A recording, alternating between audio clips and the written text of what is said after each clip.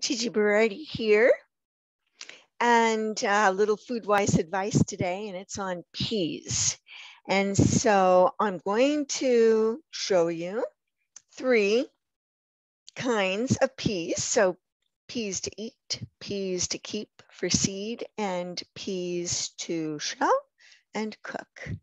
And so the kind of pea you're looking for is really the pea that has the nice shiny pod. The pods are turgid, they're moist, they're full of water, they're fresh, and the peas inside are going to be just the right age.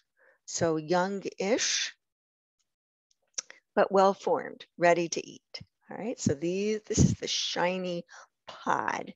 You're looking for, on the other end, for seed peas, these peas have formed a pod that is actually rather wrinkled. And so it's drying up, just like the peas themselves inside, if you can see this. And the veins are obvious in the actual pod veins. I just made that up. Pod veins, you can see these, and they might have some defects as well. Those are older peas, and in between, golden. Shell these peas and cook them, steam them, not for very long and not in very much water. And these are in between, and the pods are still tender. That's what I meant by moist. So, but they haven't yet started to desiccate, to dry out. And these peas are going to be delicious. You could probably eat some of them fresh, but they're also quite good cooked, as in this recipe. So, so in FoodWISE, I talk about eating peas. And what I say is this recipe calls for a cup of the juicy seeds, whether fresh, canned, or frozen. Of course, steaming, canning, pressure sealing, and then bouncing along a bumpy interstate can seem like an industrial style assault. But you can use canned peas for a casserole, and the dish is still tasty. The peas do a little better with flash freezing. They endure a blast of frigid air, bob along in ice water, and then spill into packages and bags. They're still peas and still good food.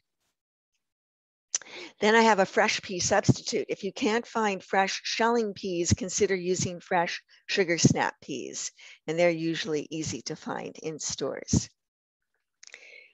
All right, and I have a garden note here for you as well, but I'm just going to say that this recipe is a potato and shrimp salad with peas. And in the book, in FoodWISE, I talk about how to source shrimp, because you do want to be careful about the sourcing in terms of labor and growing practices. But this recipe calls for 8 small red potatoes cut into medium-sized cubes and a pound of fresh shrimp. You can use frozen as well, a cup of fresh green peas, some olive oil, and a jalapeno pepper, which is optional. You don't have to use the pepper. All right, and I have directions for steaming and preparing this delicious dish, which actually is quite economical and also doesn't take much time to cook. So enjoy.